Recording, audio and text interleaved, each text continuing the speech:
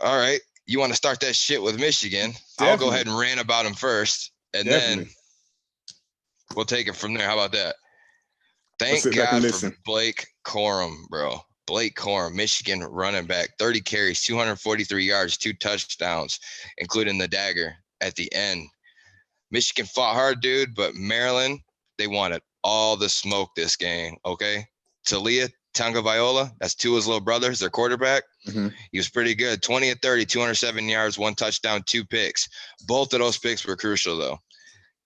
Those 2 picks, and there was one play on defense where they were just completely out of sync, out of sorts, and that was that very Blake Corum's last touchdown run. They were out of sync. It was like a 4th and 1. We're in the red zone, and everybody's just basically crowding, pinching the line, and Corum cut it outside and cut it off for a touchdown. But those 3 mistakes between that play and those 2 picks they're pretty much crucial.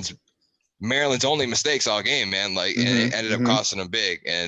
But dude, they was just taking what the defense gave them. Maryland on offense, man, they was hitting us from all over. They was emptying out their playbook, man. It was insane. Like, and we could not get no pressure on Talia. Like, he had all day to fucking throw the ball. So any quarterback is going to beat you if you give him time to throw the ball. Any decent quarterback, anyway. Right. So but we fought harder at the end of the day, and y'all I'm still optimistic. Y'all definitely fought. Y'all won. Because number one, because Maryland's better than I thought, for one, and number 2, our quarterback, JJ McCarthy, Sam, he went 18 for 26 for 220 yards, 2 touchdowns, no picks. Michigan fans are freaking out because that was a bad game for him. I'm dead serious, bro. I'm not even fucking with you. Like, that's how, because coming into this game, he had 4 total incompletions all season long. And you know how that shit gets hyped up. Granted, we haven't played the best competition, but that's just how it is. And we've been blowing opponents out so much, he's usually out by the 3rd fucking quarter. So, but at the same time, I'm not that concerned. But I'm worried that the defense got to tighten up. At the same time, I don't want to cut you off, but that's just what I was saying about the underdogs. The underdogs, they're getting these NILs. They're getting stronger. These teams are getting stronger, man, by the day. For real. You never know. Because if they don't get a lot of exposure, they can still get picked up by the young schools, and they can take off. Everything can just take off for them just easily. I love it, man. I love the competition. It is good. Maryland they have I forget his name right now. It's bad on my part, but Jarrett, I think his last name is Jarrett or something, but he's a 5-star recruit. He's a receiver of theirs. So be ready for him to make some like noise pretty soon. Right. But I wanted to shout out a couple people on my team. Mozzie Smith, D-line, plugging the line, 8 tackles that game. Mike Sainristil still. He's a D-back who was wide receiver last year. He had 8 tackles, a sack, 2 tackles for loss, and a pass defend. And Luke Schoonmaker, tight end, a backup tight end, 7 catches, 72 yards, 1 touchdown. Keep balling out. We're going to need y'all next week at Iowa. Right now, Michigan's favored by 10.5, 11 points. So that's interesting looking at there. Michigan ain't won in Iowa since 2005. Granted, they don't play every year. And they don't play every year. And obviously, when you play a team, 1 year it's there, 1 year it's that, it's vice versa. Iowa was pretty good last year. I think they had a nice little run last year as well.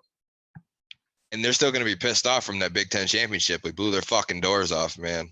Like, we obliterated them. Because remember, we played them for the Big Ten championship, and we blew their doors off. It was embarrassing if you're a Hawkeyes fan. So I definitely want to see that one. I'll definitely check that one out. That's one I definitely want to check out. What time y'all play? We play at noon, thank God. I was just going to say that. Thank God it's not a night game, because we have a history of going out there at nighttime and get to tripping, man. Like, oh, my God. It's such a weight off my chest and my shoulders and my blood pressure that the game's at noon. I mean, I ain't scared of them. They're not looking intimidating like at all this year, but that's the thing with teams like that. They don't have to look good at all. And then once they play your team, who your team's highly favored, and you're supposed to whip their ass. They play to the level. They did. Look what just happened with Maryland. Right. Like, it'd be like that. And Maryland's better than they are. I can't do that. You have to get those guys early. You can't play to their level and try to babysit you gotta beat them down, man, for real. Got to. There's no way around it. Like, everybody is hungry right now. Every team. Like we just talked about, Middle Tennessee beating Miami. Man, them boys wanted it. What's not the love about that? You know, that's gonna be in those guys' memory forever. Like, man, we beat a top 10 team and smashed them for real. They're gonna know their names. They're gonna remember that forever. But just because Michigan ain't had the strongest of opponents yet doesn't mean that they're not going to make some noise. Don't be coming at my team like that again. Oh, I'm going to come at you. I'm going to come at you again, too. Especially bro, if your team's done lost 2 games. Y'all lose to Iowa, I'm definitely coming next week. Hard. Bro, and you know the thing with Florida too, man? That's some bullshit. You done skip the dog in my team before I could get to fucking AR-15's turnovers. He's responsible for 7 total touchdowns this year and 7 total turnovers. I was going to touch bases with you on that. Dude, that's a lot, man. And he's completing like 54% of his pass completion rating, if I'm remembering off the top of my head here. And 7 total touchdowns between rushing and passing, and 7 total turnovers. Lost 6 because he's fumbled 7 times, but he didn't lose 1 of them. So the level of competition. It's rough, man. It's rough. I know he's a hometown kid. Y'all love him. I know that. But, dude, you got to clean that shit up. But I'm not putting anything solely on him, because anytime you can put up over 400 yards worth of offense and then run and you affect the game in multiple ways, I understand that. And your defense gives up 250 rushing yards and 20, 30 points, whatever the case may be. It's hard to come back from that. It's not on you. Yeah. Right. Like, that's crazy as hell. And that's the blueprint now. Like, everybody knows that we can run on Florida. They're not going to stop anything. They're not going to stop a nosebleed when it comes down to the rushing. There's nothing we can really do about that stuff. Napier doesn't have his players yet, so he's just running with somebody else's team right now. Next year, I believe we'll have a better chance at picking up key players, defensive linemen. We got a couple 5-stars that's coming in, so I believe we'll be way better than this year. This year is not a year to try to win the big game. We're just trying to get everybody in place, get pieces in the right places. It's a puzzle. Are you calling this year a rebuild year? It is, with a new coach, basically a new quarterback that started maybe a couple games, because we had Emory Jones last year. But this is basically a rebuild year. But I still like it that we're playing so tough. Nobody's blown us out. We played number 7 Utah in their house, beat them on like the last play. We played everybody. We played everybody strong. We played Kentucky strong. They pulled out at the end. And we also played Tennessee all the way to the final freaking seconds with the onside kick. He threw the pick at the end. But other than that, he played a perfect game. He played pretty much a perfect game. But the defense on their side can't stop the run. They letting little slide passes, little quick little passes. You know, our defense isn't settled. We're not scaring anybody. So we're just trying to do what we can right now. We're just trying to make a little noise. Next year, we're going to make big noise.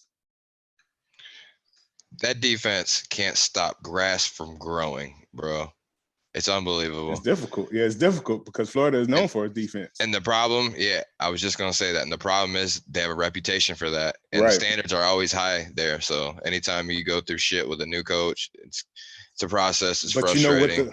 With the transfer portal, people leaving like they're getting traded and they don't have to wait that year. So it's easier to get transferred to another team and another college and don't have to wait that year. So that's a part of it too. Interchangeable parts. Back in the days, you couldn't do that. You had to sit out a year. You had to sit out the whole year to keep your eligibility.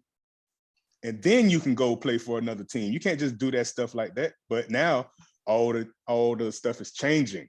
So we just gotta roll with the punches, man. We just gotta get with the program.